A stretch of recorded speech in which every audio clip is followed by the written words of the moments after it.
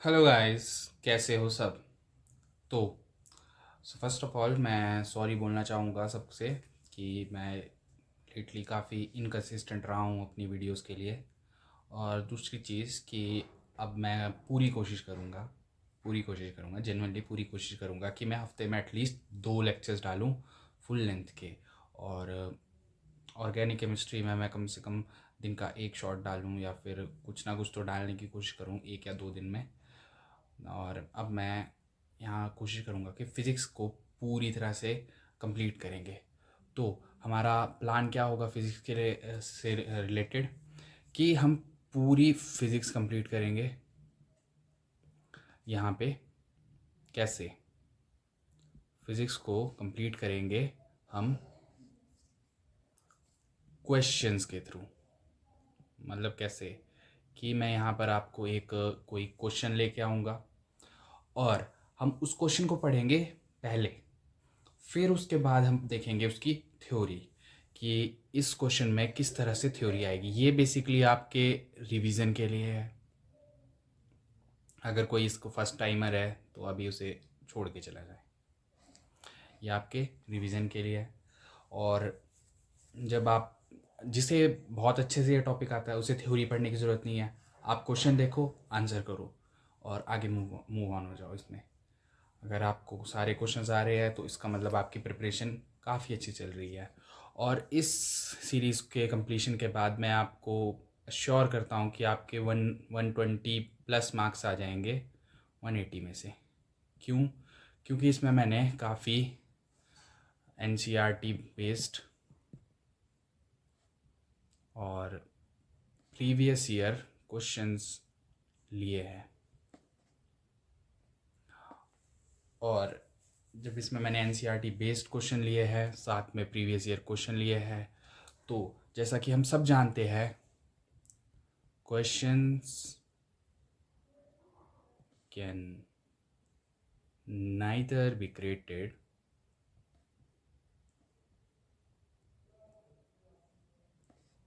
nor be destroyed.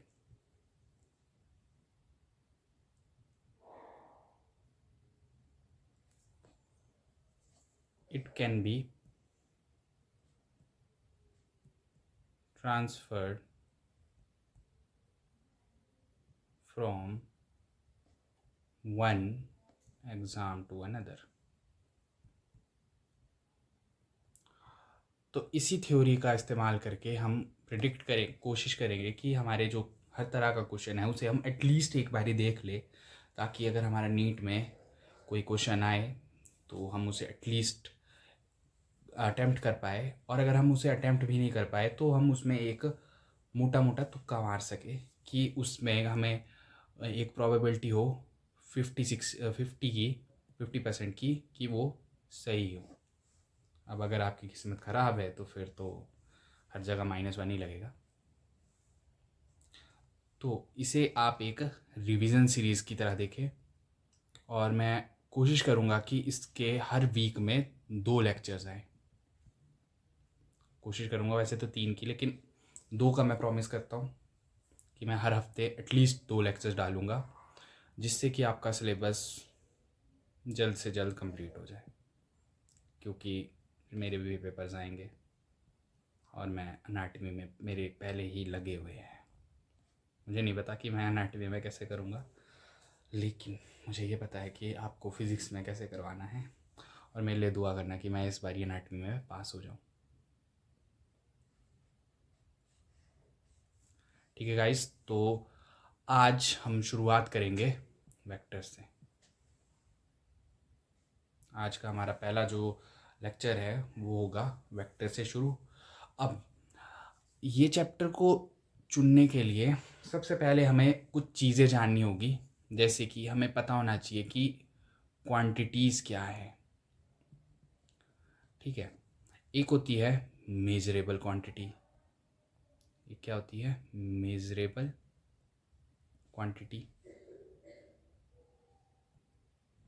और दूसरी होती है इमेजरेबल क्वांटिटीज़।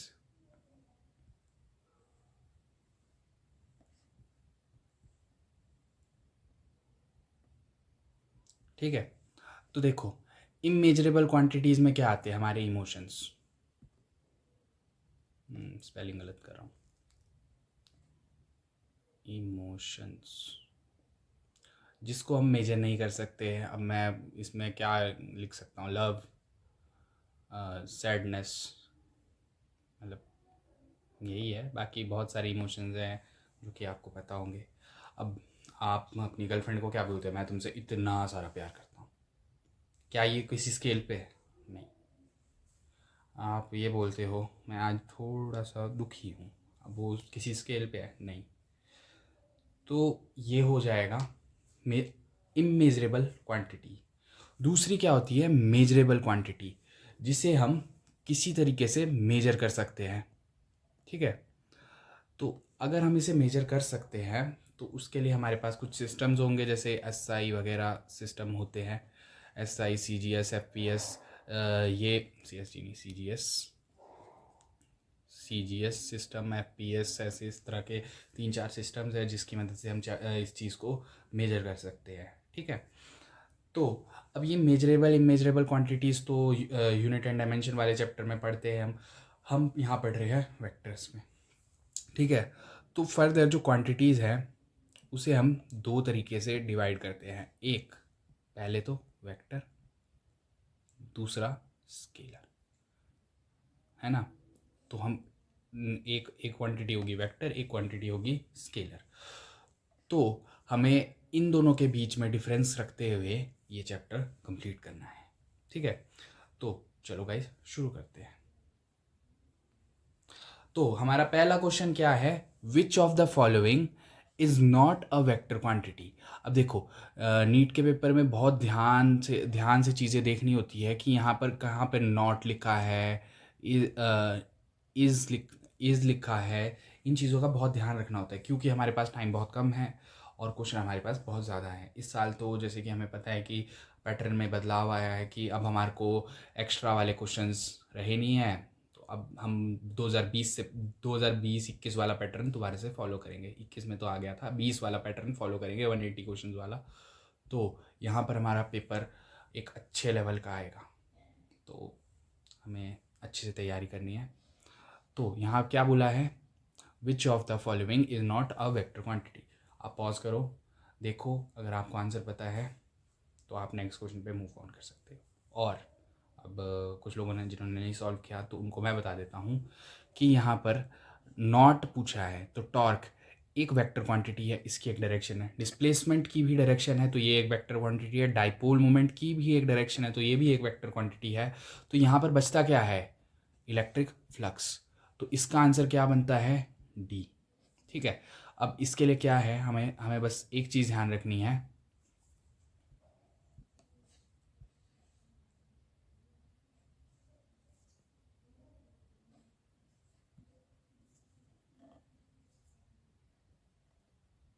कि हमारी क्वांटिटीज़ क्या है, दो तरह की।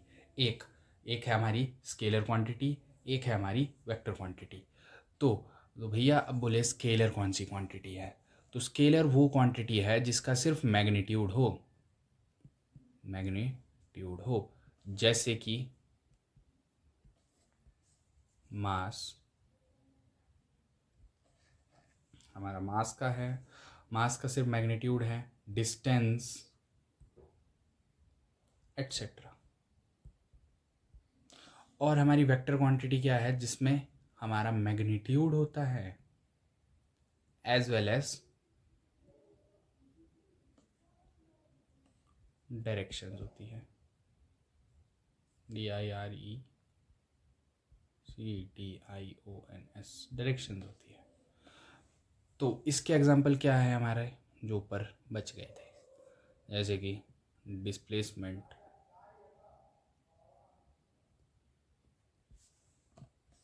Velocity etcetera. तो हमारा पहला क्वेश्चन इसके साथ ख़त्म होता है। और आप इसकी हल्की सी थ्योरी पढ़ ले। वैसे तो हमारे जब आप नीट के अलावा जब आपके पास बहुत टाइम होता है तो वहाँ पर कुछ टीचर्स आपको टेंसर क्वांटिटी के बारे में बताते हैं, लेकिन वो आपके किसी काम का नहीं है, ना आपको जानने की ज़रूरत है और कोशिश भी मत करना उसके बारे में जानने की।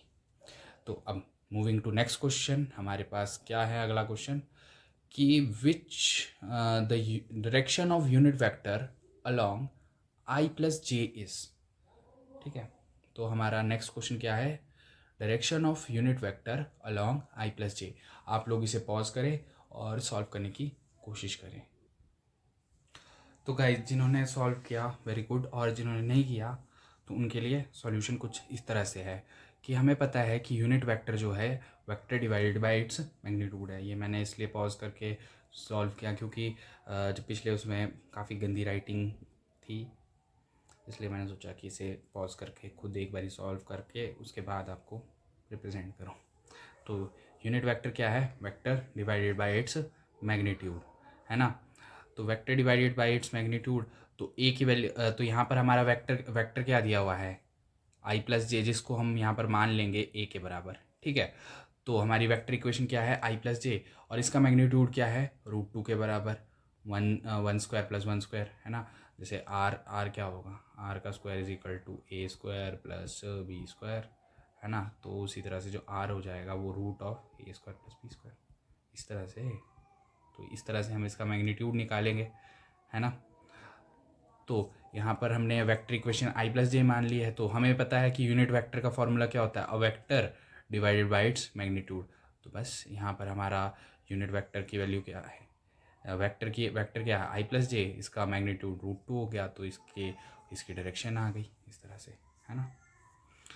तो moving on to next question, हमारा क्वेश्चन क्या है, ए की वैल्यू क्या है 2i + j, और बी की वैल्यू क्या है 3j + k, और सी की वैल्यू क्या है 6i + 2k।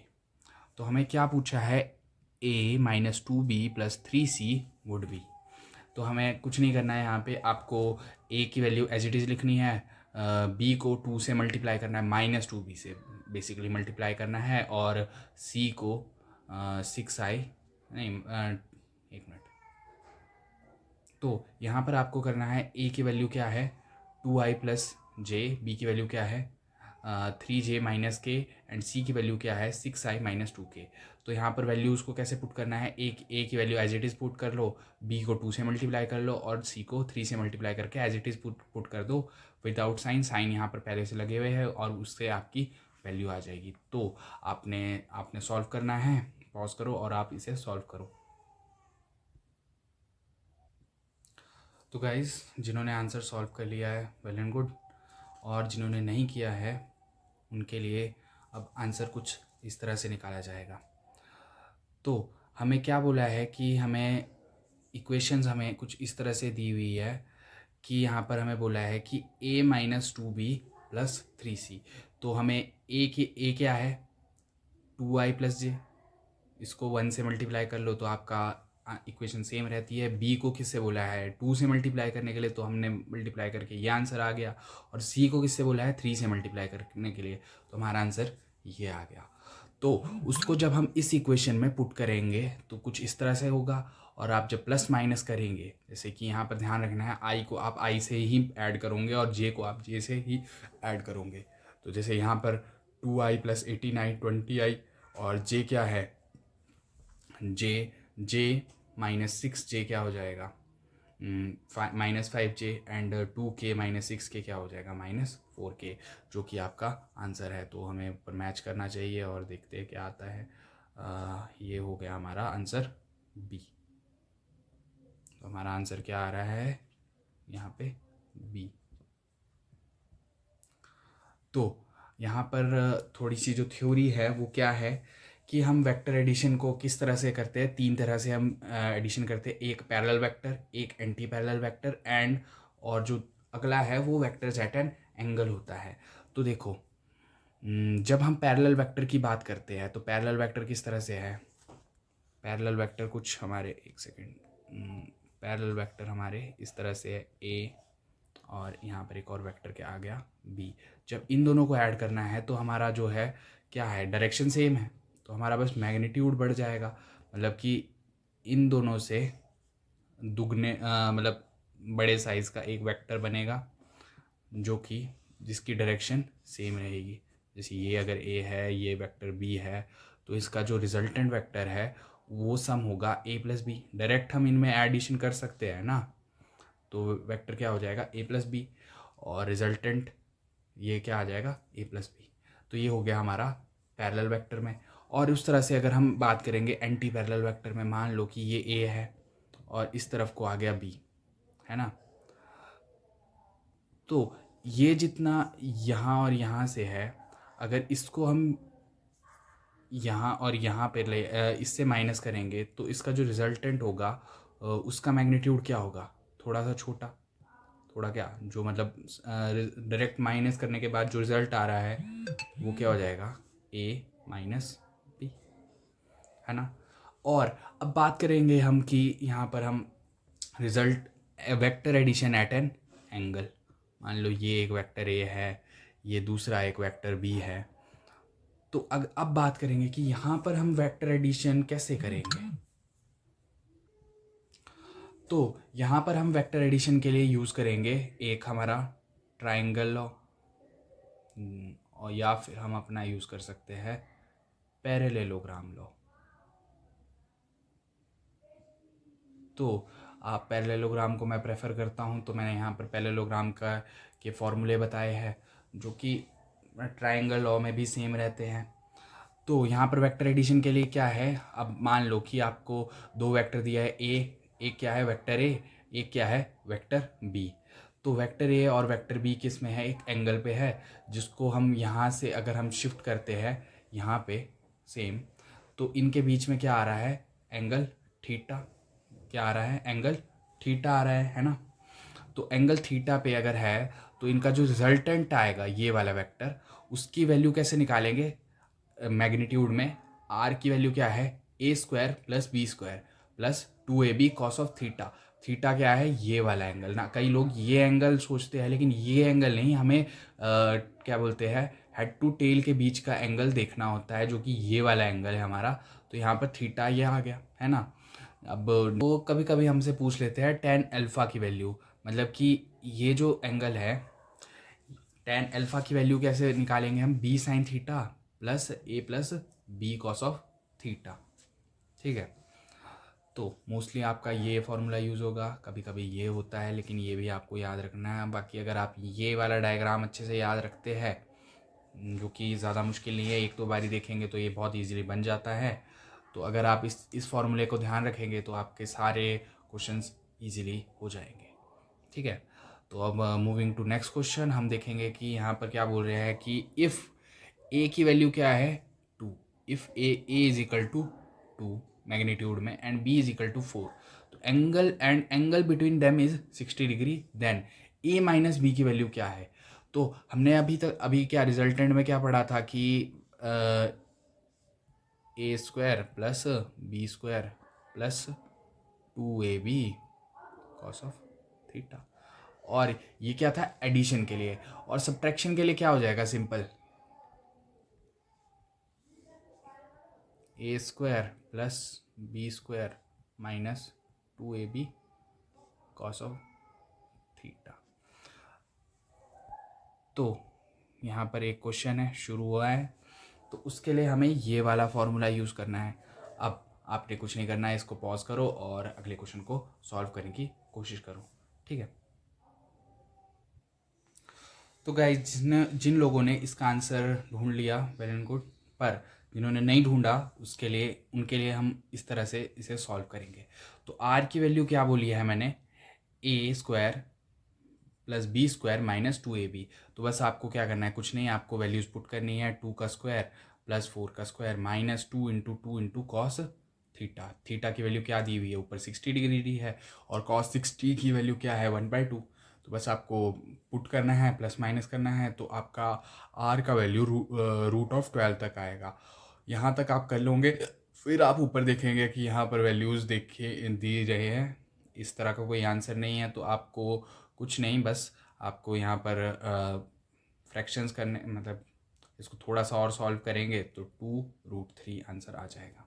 तो moving on to next question, a vector is inclined at an angle theta to horizontal as shown in figure.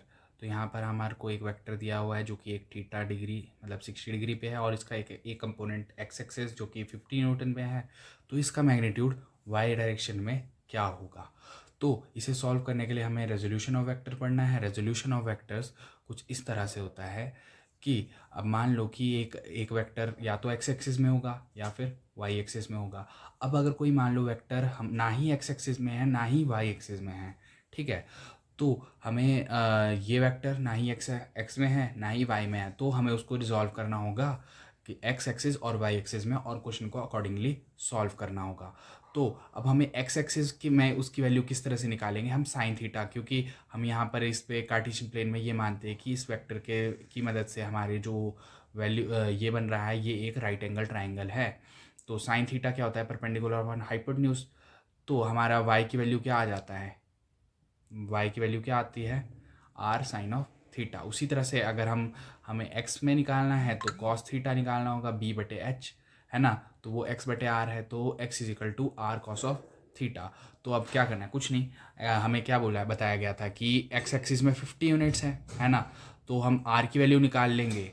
तो 50 is equal to r into 1/2, r into 1/2। तो are की value क्या हो गई, 100 units, और Y की value उसके बाद सिमिलरली उस तरह से वाई भी निकालेंगे। तो वाई क्या हो जाएगा, y is equal to 100 into sine 60, तो 50 इंटू √3/2।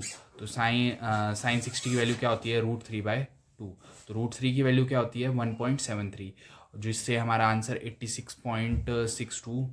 6025 आता है, जिसको हम लगभग 87 यूनिट्स के आसपास मानते हैं। और हमारा आंसर क्या आ जाता है यहाँ पे इस केस में डी, रेड पेन से लिखा था हमने, तो इसका आंसर क्या आ गया डी, और ऊपर वाले का आंसर क्या था, डी था, है ना। तो ये हो गया हमारे अभी तक के क्वेश्चन। अब moving on to next question.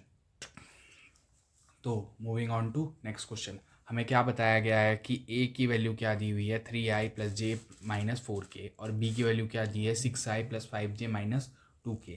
तो हमें क्या बोला है, पहले यहाँ पर डॉट प्रोडक्ट निकालने के लिए, फिर क्रॉस प्रोडक्ट निकालने के लिए, फिर एरिया ऑफ ट्राइंगल निकालने के लिए, और find the area parallelogram form. तो यहाँ पर एक साथ हमें 4 अलग अलग कॉन्सेप्ट है जो कि हम साथ साथ सीख लेंगे, तो हमें ज़्यादा दिक्कत नहीं होगी। तो शुरुआत हम नीचे से ऊपर करेंगे, ठीक है। तो नीचे से ऊपर शुरुआत करने के लिए पहले तो हमें बस कुछ मैं आपको बेसिक चीज़ें बता रहा हूँ जो कि है।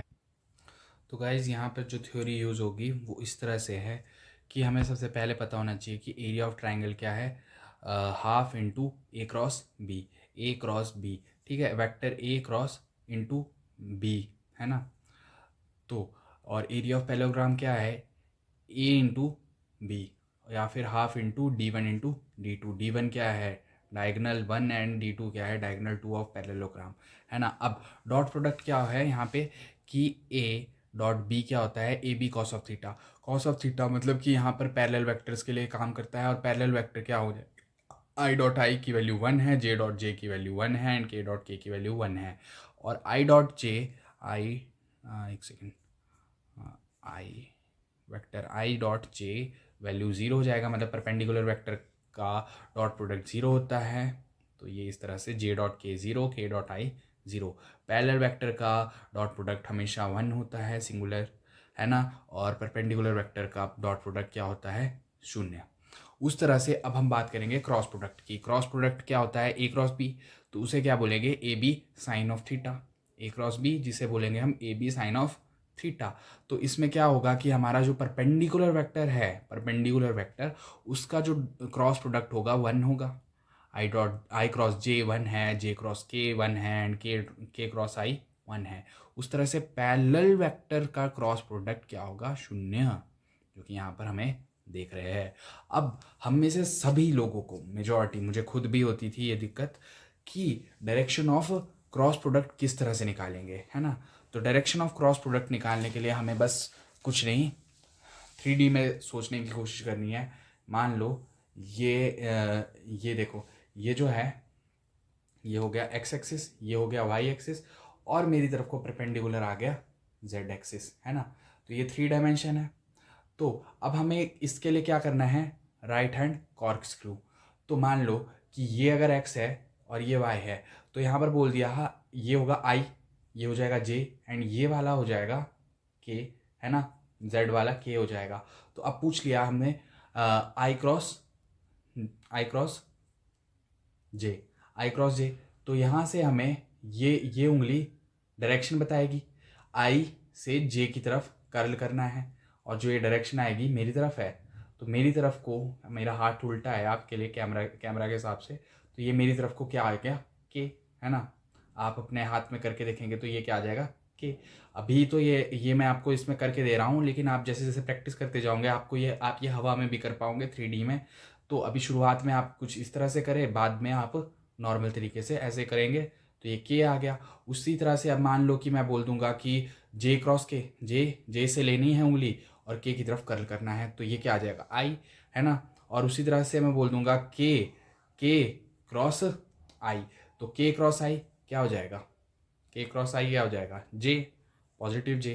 तो या तो आप इस तरह से आंसर निकाल सकते हो, नहीं तो आपने कुछ नहीं करना है, बस आपने ये रट लेना है। और वैसे ये रटना बुरी बात होती है, क्योंकि ये चीज़ अगर आप नॉर्मली निकाल सकते हैं तो निकालो, क्योंकि आपको बायो में भी बहुत कुछ रटना है और केमिस्ट्री में भी बहुत रटना है। अगर आप फिजिक्स जैसे सब्जेक्ट में भी रटने लग गए तो फिर आपका बेड़ा पार हो जाएगा, ठीक है।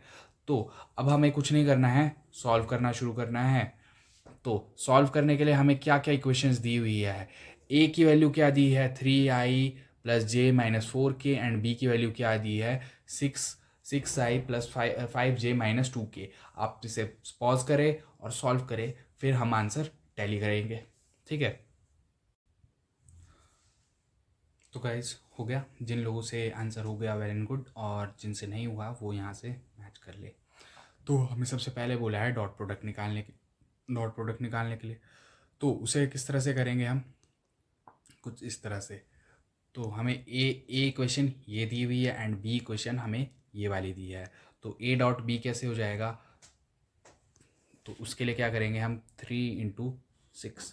तो क्योंकि हमें पता है आई डॉट आई की वैल्यू 1 है, तो ये हो जाएगा। आई डॉट जे के साथ आप मल्टीप्लाई करेंगे तो 0 हो जाएगा, जिसकी कोई वैल्यू नहीं होगी, है ना। अगर आप यहाँ से इसको मल्टीप्लाई करेंगे तो 1 आएगा, लेकिन अगर आप 3i × 5j करेंगे तो वो 0 हो जाएगा, इसलिए हम सीधा 3 × 6 करेंगे 12 आ जाएगा।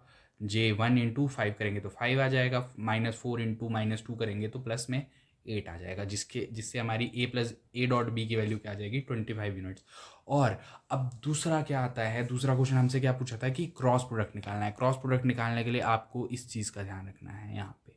तो आपको कुछ इस तरह से पहले आपको अपने ए आई जे के लिख लेना है, फिर हम आपको अपनी इक्वेशन लिखनी है ए एंड बी के लिए।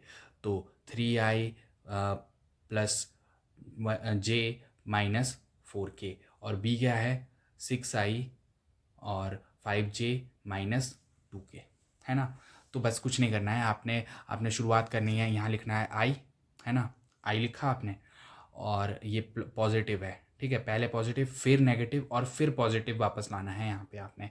तो i, जब आप i के लिए क्वेश्चन सॉल्व करेंगे तो आपको इसको नहीं देखना है, i वाली लाइन को नहीं देखना है, तो आपको मल्टीप्लाई करना है j × k, इस तरह से।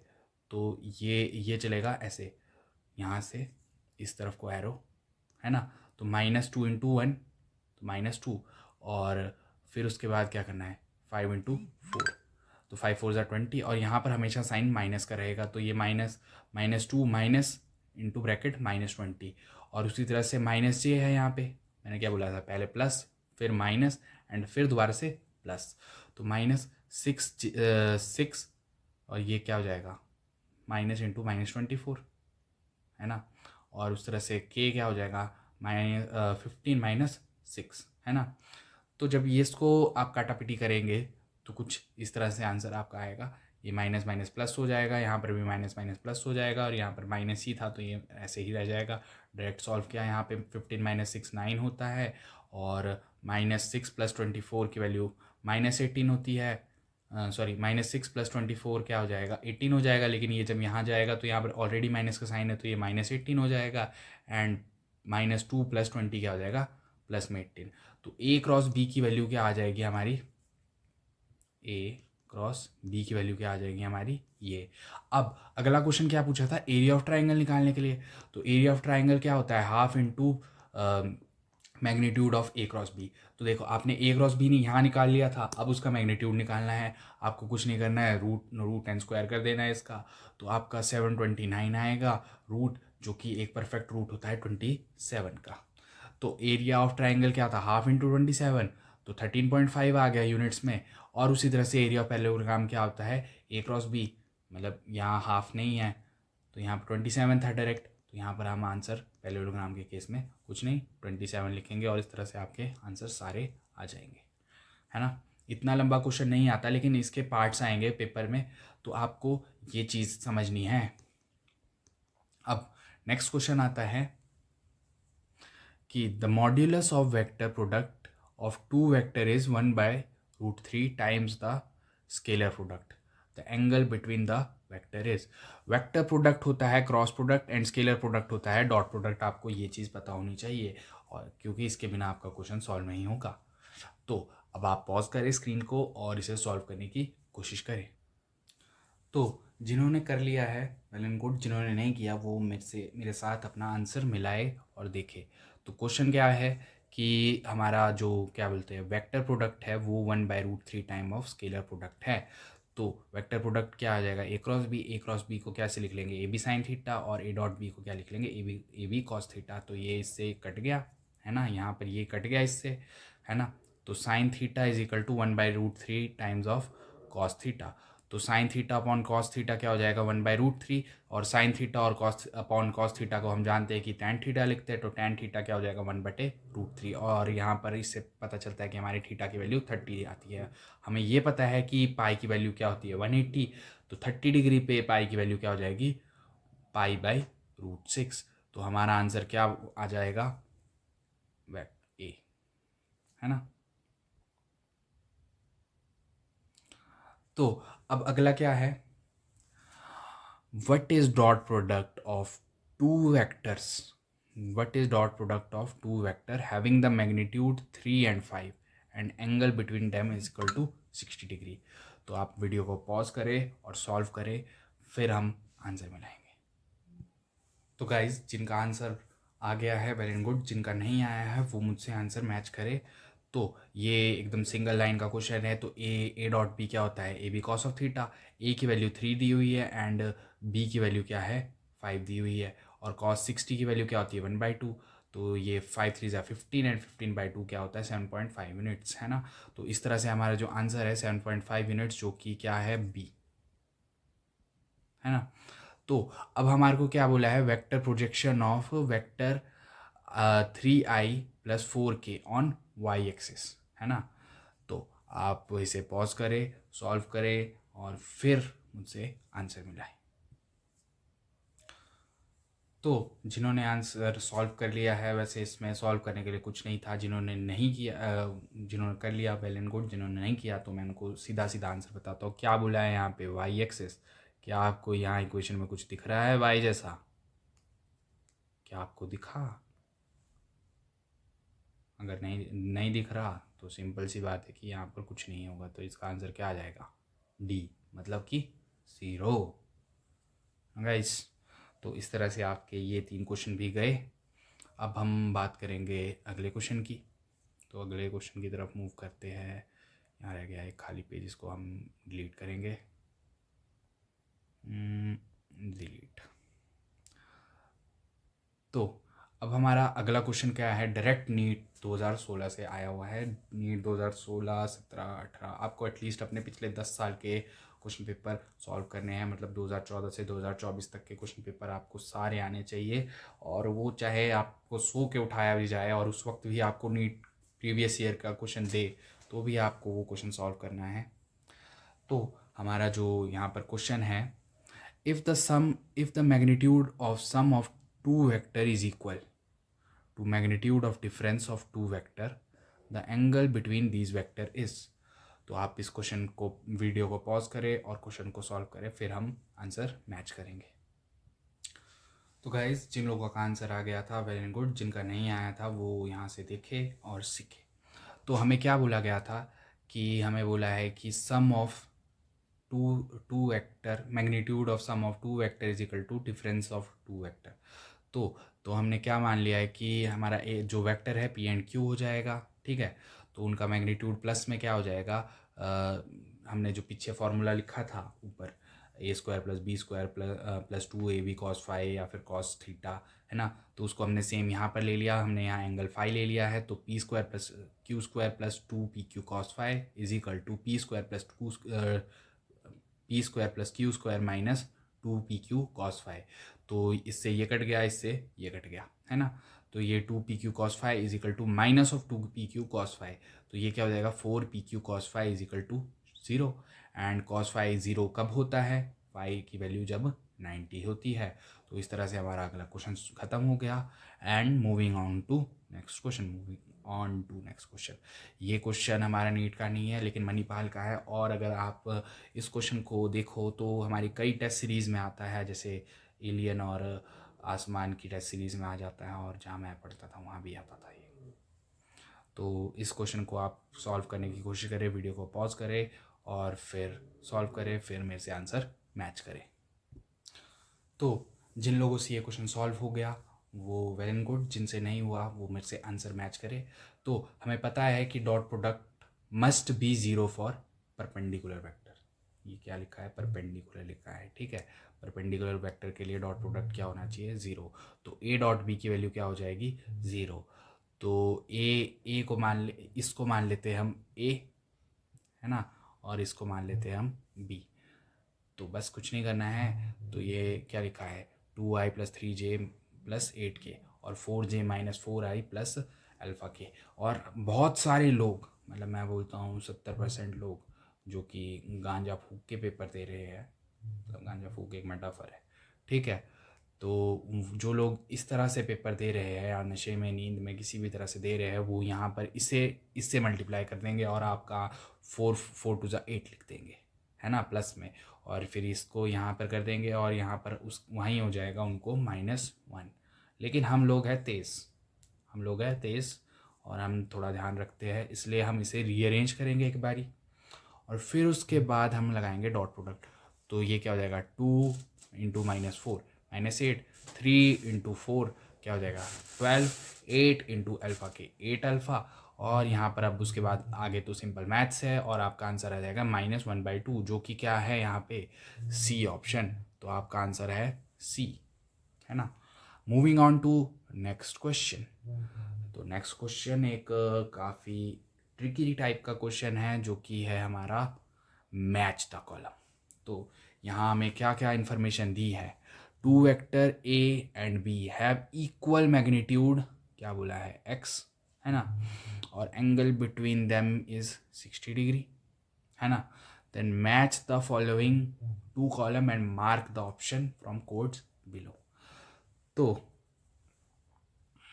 अब हमें सॉल्व करना है। तो आप वीडियो को पॉज करें, सॉल्व करें, फिर हम बात करेंगे। जिन्होंने सॉल्व कर लिया है वेल एंड गुड, जिन्होंने नहीं किया है वो एक बारी यहाँ से देखेंगे और सीखेंगे। तो a प्लस बी का जब हमारा मैग्नीट्यूड इक्वल है और एंगल 60 है, तो हमारा जो आंसर होगा ये हो जाएगा ऐसे, है ना। और जब a माइनस बी है और पूछा गया है 60 डिग्री पे, तो हमारा आंसर हो जाएगा q। और a डॉट बी क्या है, 60 डिग्री, तो ये हो जाएगा ए बी कॉस ऑफ 60 होता है 1/2, तो AB/2 हो जाएगा, जो कि यहाँ पर है ही नहीं, तो इसलिए ये हो जाएगा नन। तो ये हो जाएगा एस एंड बचा हुआ है एक आंसर, तो आपका आ जाएगा आंसर सी, ठीक है। तो हमारा इसके साथ हमारा अगला क्वेश्चन आएगा, लेकिन उससे पहले मैं आपको थोड़ा सा यहाँ पर डाटा लिख के दे देता हूँ, जो कि आपको काम आएगा डायरेक्ट याद रखने। तो गाइस मैंने डाटा लिख लिया है, जो आपको मेरे टेलीग्राम चैनल पे मिल जाएगा।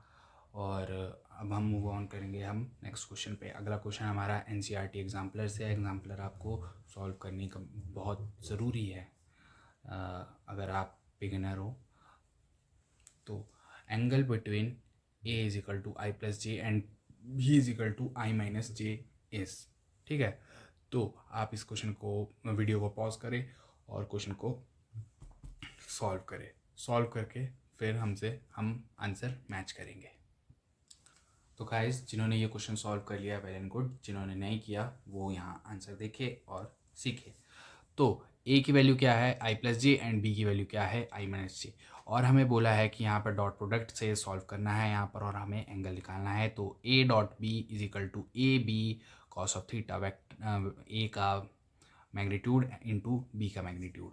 तो इसको जब सॉल्व करेंगे तो ये आएगा 1 और यहाँ पर क्या है -1, 1 - 1 है ना।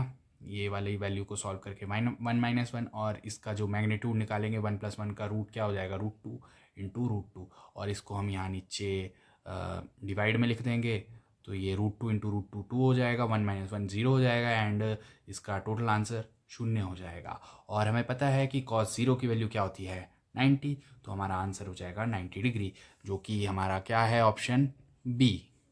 अब इसके बाद हम शिफ्ट करेंगे अगले क्वेश्चन पे।